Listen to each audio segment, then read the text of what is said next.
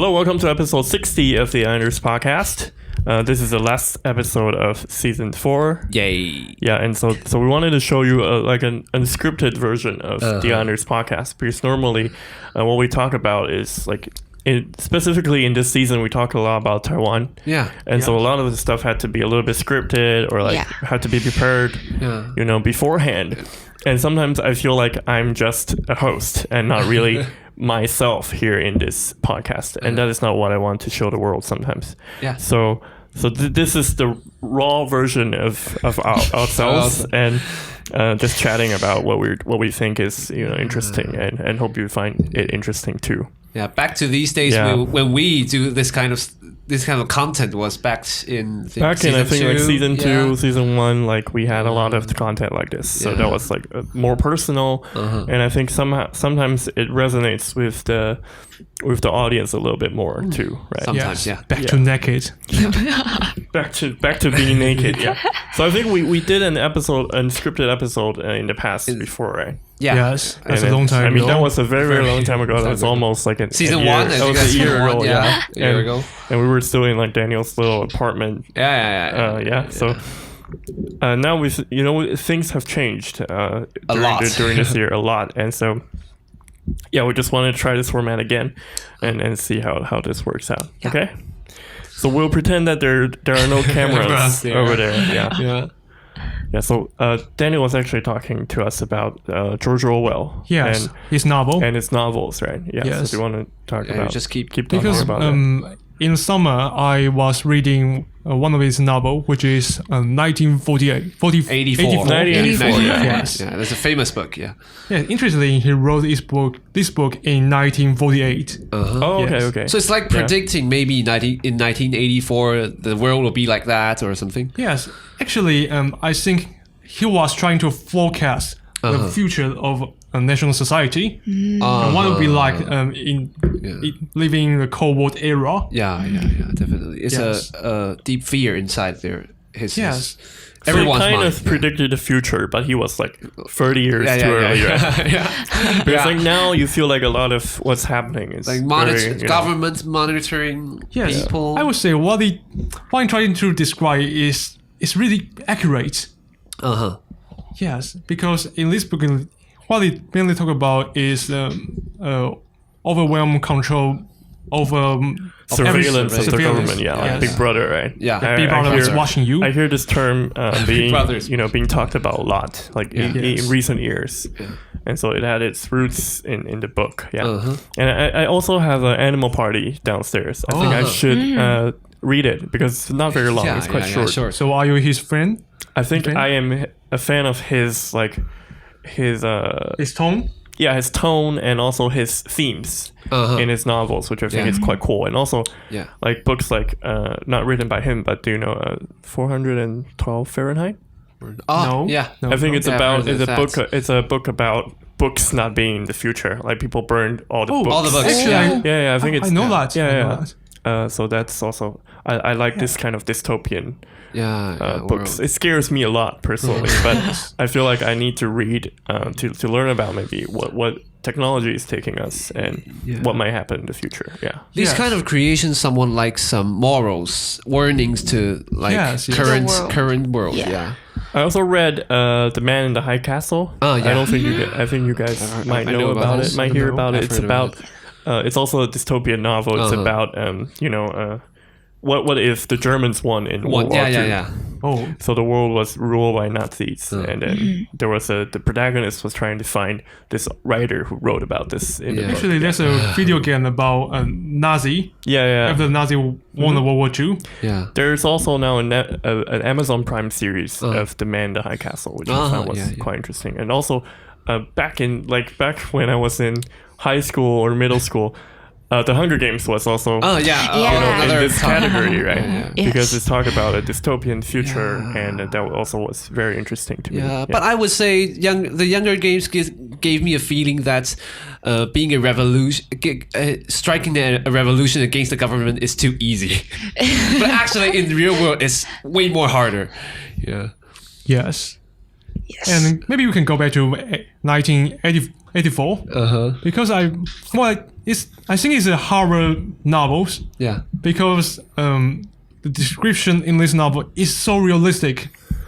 Because I think the most impressive part of this novel is how the government rule is these people.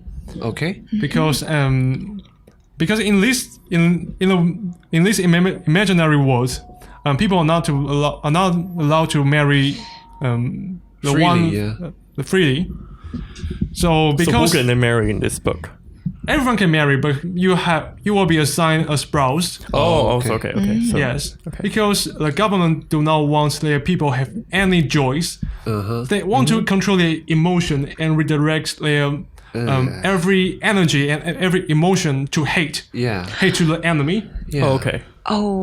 And who is the enemy in this book? Or does that have a spoiler? Actually, is it a spoiler or is it just another imaginary? political entity? I haven't finished this book. Oh, you haven't finished? Okay, Okay. Yes, because the main character is quite suspicious because the government claimed that they was fighting country A. Okay. But be friends with country B. Okay, But after several years, they are fighting country B. Oh, okay, Yes, it's quite strange. Maybe it's a scheme. I don't know. I did not finish the book.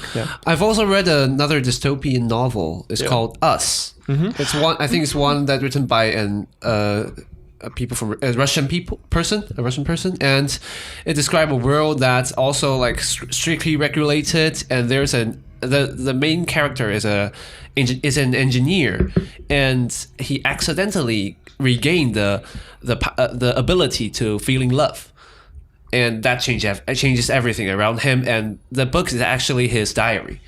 So I think that book is also a lot of stories is about like humans turning into robots and then somehow finding the emotion back. You know, like have you heard of this TV series called Westworld? Westworld. Westworld is also about like humanoids and then they're regaining some part of their emotions back. And I think this is a very common theme in a lot of movies, sci-fi stories.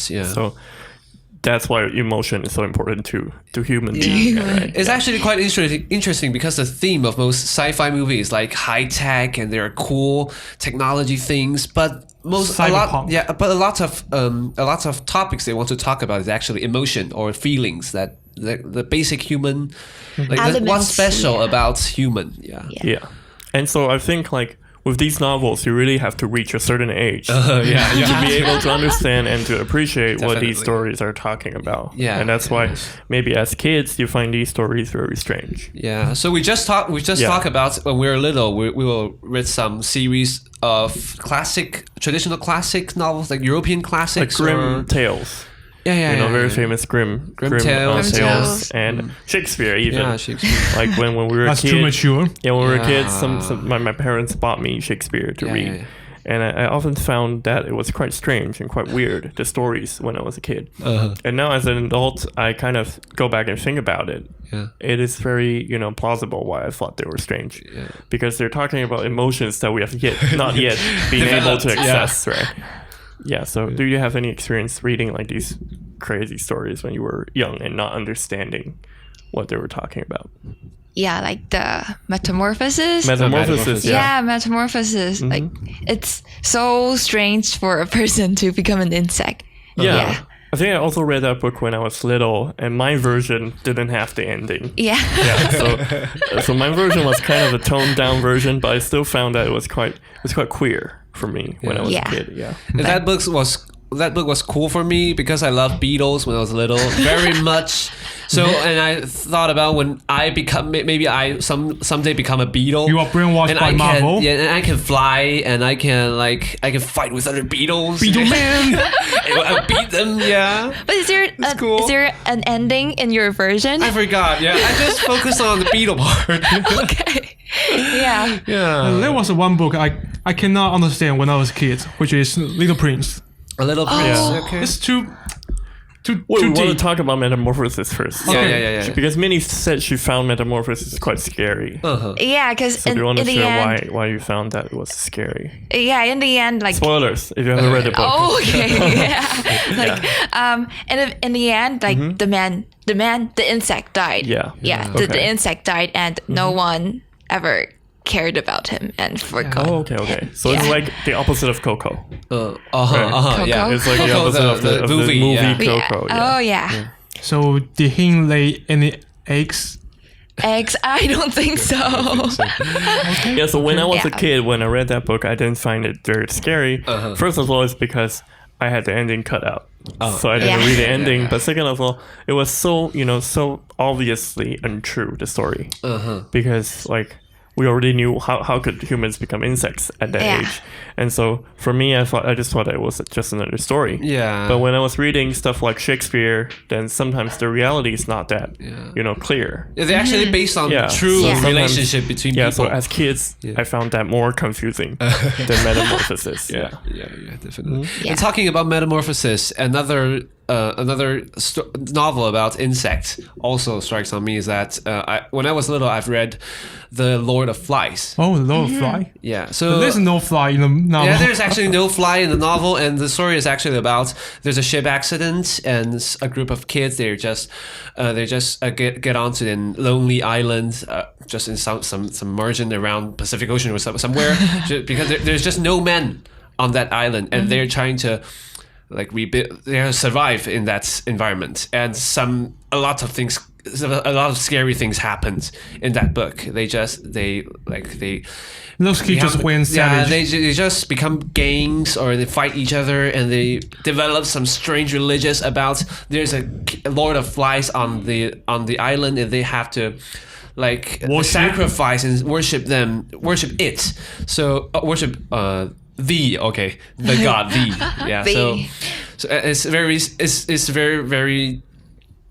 Yes, it's scary to sixth grade elementary school child, and I even dreamt. I had some nightmare about a great flies, and I started to be afraid of flies in a period of time. Yeah, but when I grown up and reread the story, and I found out that it's actually quite real.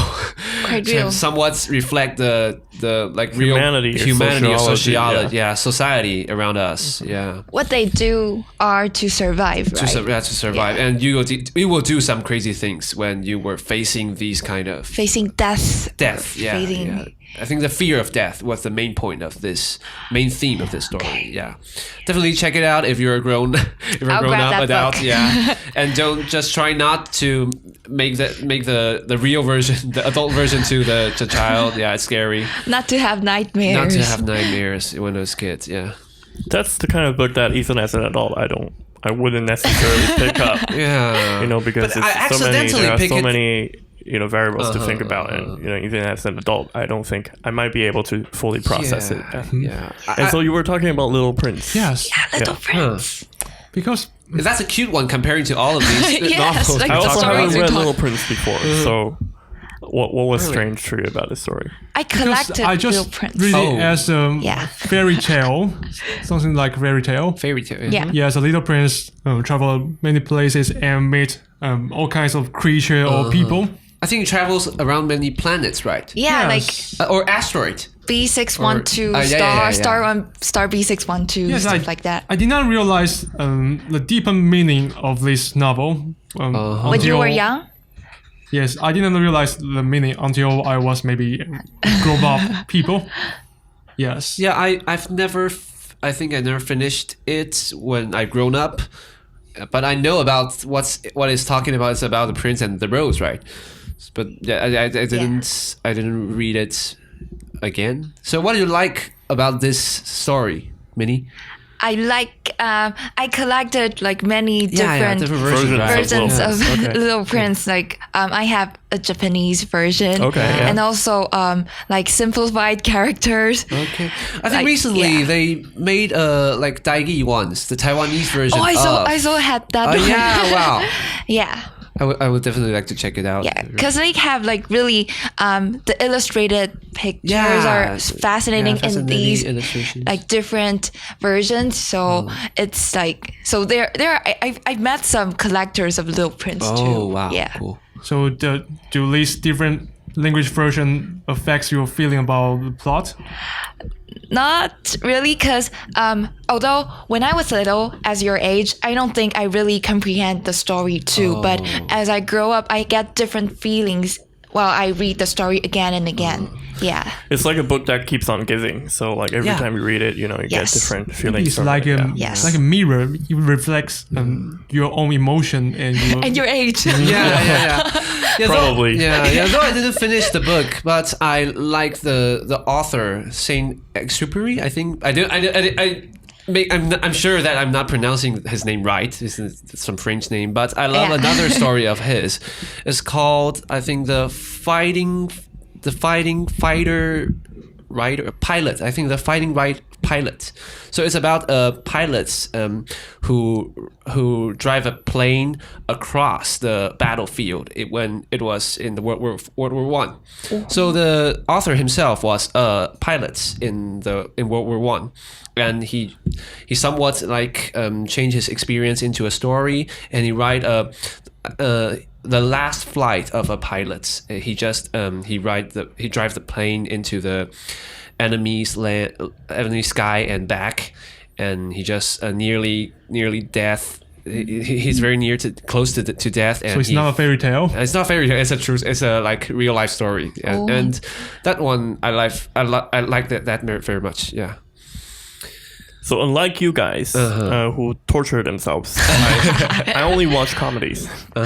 So that's why I chosen when I was an adult. I only watch comedies nowadays, and so I want to share with you a few comedies that I watched recently. Sure. Oh, recently. Yeah. So do you know the movie Borat? Have you ever heard of it? Borat. It's about a character who is played by an Englishman. And then he plays like a character from Kazakhstan. So do you know what Kazakhstan, where Kazakhstan is? Yeah. So it's like a very small country in Asia. And this person, he fakes his accent. He fakes the Kazakh accent. And then he goes to America and then do stupid things around America. Okay. And then it's meant as a satire to the American people. So they were talking about like different, strange phenomena in America. Yeah. And so recently they had Borat 2. Oh. So it's a series. That's why I went and rewatched Borat 1 and 2. So these are two movies that I found very interesting. And it's very, it talks a lot about what America is facing right now, which seems very stupid when you see it in the movie, but actually it's really happening nowadays. So I think you should check it out. It's very offensive, I would say. It's super offensive, but is that offensive to like Americans to everybody? Everybody. Wow.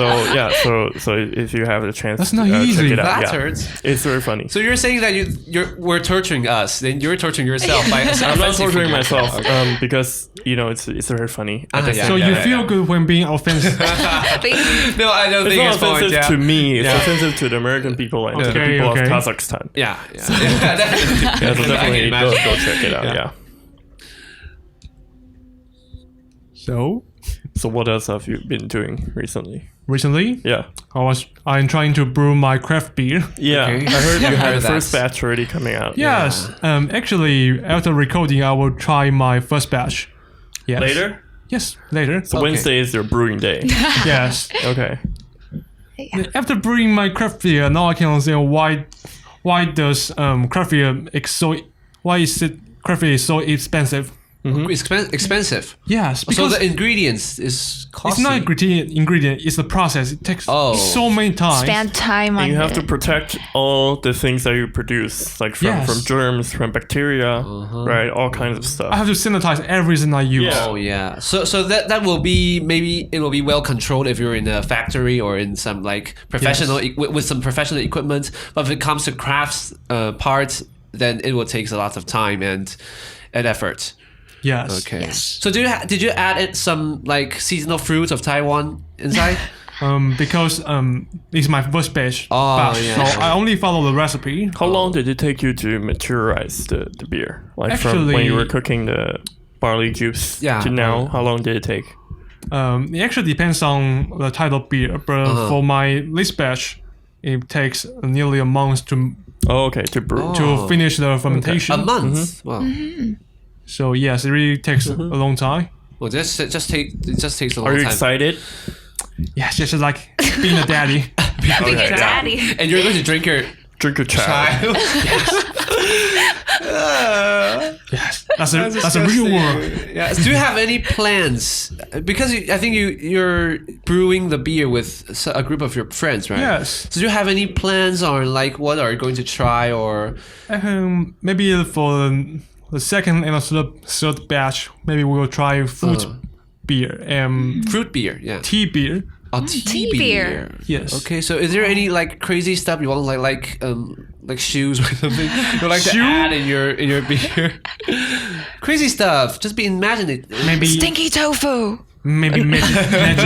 magic powder from my pocket. Recently, there were like chocolate in beer and cocoa. Yeah. And so maybe you could try something like that because fruits is I think it's fruits very and- difficult to put in beer because you have to Yeah. sanitize everything. Yeah. Like you said, yeah. I even Kinda saw someone is trying to brew avocado beer.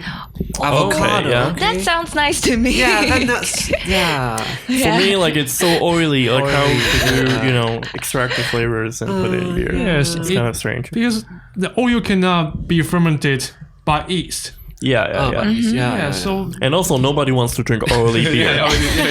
Let's be honest here. Oh yeah.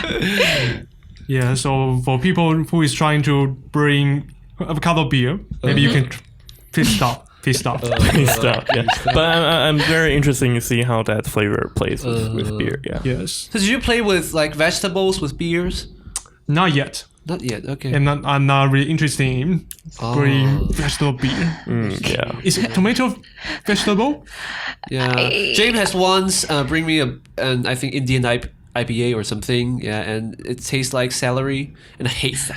I hate celery as well. flavor. I really hate celery. Yeah, that's so disgusting. please don't make Indian pale ale. Thank you. Yeah, that's I But cannot. the bear weather it. in Taiwan is a little bit warmer, so brewing IPA is much easier. Ao much Oni. easier. I Oh, remember okay. that Wow. name. Ao Oni. It's a Japanese Japanese beer, and it was terrible. Yeah, so that's why now we only drink whiskey. You don't know how to appreciate. You don't know how to appreciate. Yeah, that's what all the snobs say. Yeah, so I think that's all the time we have for today. Okay. Okay. We'll Yeah. see you in season 5. Be excited for season 5. Uh-huh. We'll see you there. Bye. Bye. Bye bye. Bye.